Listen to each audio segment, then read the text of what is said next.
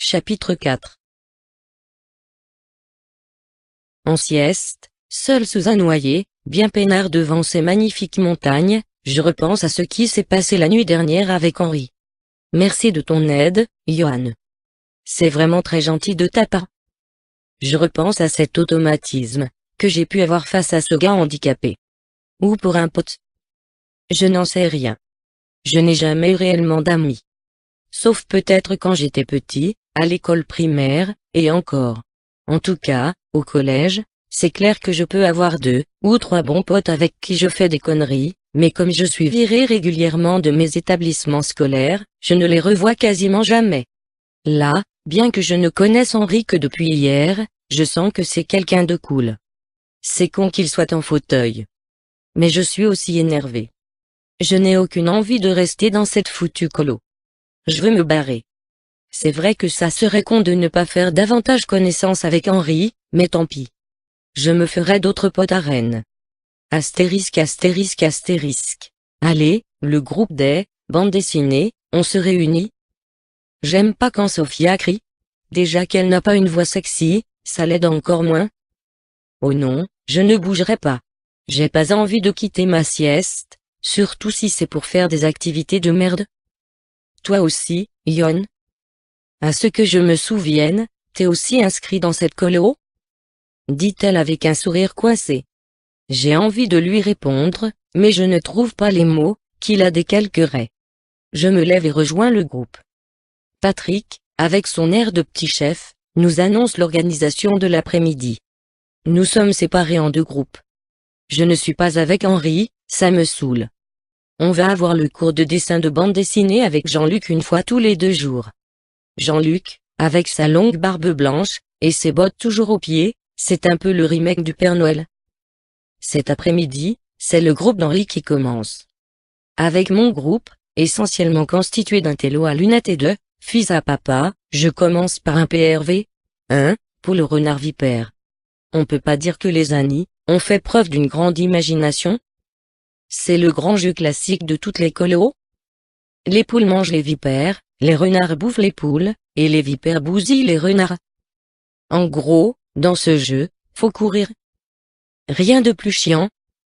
En plus, pour qu'on soit plus nombreux pour ce jeu, ces couillons de mono ont fait fort. Ils ont invité un groupe de 30 mioches, du centre. Vipère. J'ai eu le droit à une belle tache de maquillage vert sur la gueule. Les seuls que ça fait vraiment rire, ce sont les Annie qui s'en sont foutus plein la tronche. On aurait dit des vrais gamins. Mais bon, une vipère, où ça attaque n'importe comment, où ça bronze au soleil et ça dort. Ultra motivé, je choisis de faire la vipère qui roupille. Je me pose sous l'arbre qui sert de camp pour notre équipe, et joue avec des petites brindilles. Et Johan, qu'est-ce que tu fais? Tu ne veux pas jouer? C'est encore Sophia qui vient m'emmerder. J'ai pas envie de lui parler. Qu'est-ce que tu as? Cela ne va pas? Quelque chose dans la colo ne te convient pas? Tu veux qu'on discute?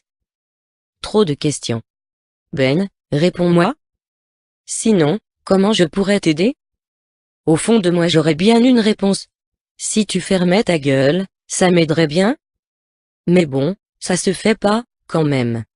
Non, laisse-moi tranquille. Je veux pas jouer, c'est tout. C'est de la merde votre jeu, là? Et? Reste poli, s'il te plaît. Je ne te parle pas comme ça, moi. Mais si tu ne veux pas que je te parle comme ça, alors lâche-moi, ne me cause pas. Qu'est-ce que je viens de te dire? Je ne suis pas ta pote, tu me parles avec plus de respect, ok? Allez, reste boudé dans ton coin, on parlera quand tu seras calmé. C'est tout simplement ce que j'attendais. Merci. Ils ne sont pas si cons, ces Annie. Ils comprennent vite. Les morveux n'arrêtent pas de venir me tirer le bras, pour que je vienne jouer avec eux. Les vipères sont en train de perdre. J'ai envie de foutre la merde dans leur jeu, pour qu'ils arrêtent de me saouler. Je me lève, cours dans tous les sens, fais semblant de délivrer tous les prisonniers de toutes les équipes. Tout le monde part dans tous les sens. Il n'y a plus de prisonniers, tout est à refaire. Le jeu est détraqué. Les animateurs sont hors d'eux. J'ai marqué un point. Astérisque astérisque astérisque. Patrick me prend par le bras. Ça ne fait pas 2 jours que t'es dans la colo, et tu nous emmerdes, déjà? Qu'est-ce que tu as? Tu n'as pas envie d'être en colo? Non. Et donc tu as décidé, dans ta sale caboche, de nous fausser toutes nos activités? Oui.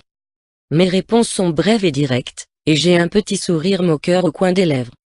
C'est mon attitude privilégiée, pour déstabiliser ceux qui veulent essayer de me raisonner.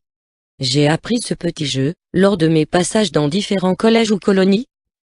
Patrick est à bout, et ne sait pas quoi me répondre. Il n'essaie même plus de jouer le psy. La seule réponse qu'il me sorte est celle que j'attendais. Viens avec moi, on va voir la directrice. Je le suis sans m'opposer, toujours avec mon petit sourire. Je suis content. J'ai marqué un point de plus vers la sortie. Karine, après un mini-entretien avec Patrick, alors que j'attendais dans le couloir, m'ouvre la porte de son bureau avec un air sévère. Ça me fait rire plus que peur. Alors, qu'est-ce qui se passe, Yon? Trouves-tu cela normal, qu'un animateur m'amène un jeune dans mon bureau, au bout d'à peine plus de 48 heures, parce que son équipe ne peut plus le supporter? Cela fait 6 ans que je suis directrice de colonie de vacances, et c'est la première fois que je vois ça? Je reste silencieux. J'écoute. Mais au fond de moi, je me fous de ce qu'elle raconte. C'est le discours que j'entends à chaque colo? Ils n'ont pas beaucoup d'imagination? Élise, la directrice adjointe, est présente aussi. Elle écoute et observe la situation sans rien dire, mais en montrant son accord avec le monologue de Karine. J'entends à nouveau les mêmes questions que celles que me posait Sophia une demi-heure auparavant, auxquelles je ne donne bien sûr aucune réponse. Pour mettre fin à cet entretien, qui commence à me gaver, je promets tout de même, en croisant les doigts dans le dos, que je serai sage pour le reste de la colo.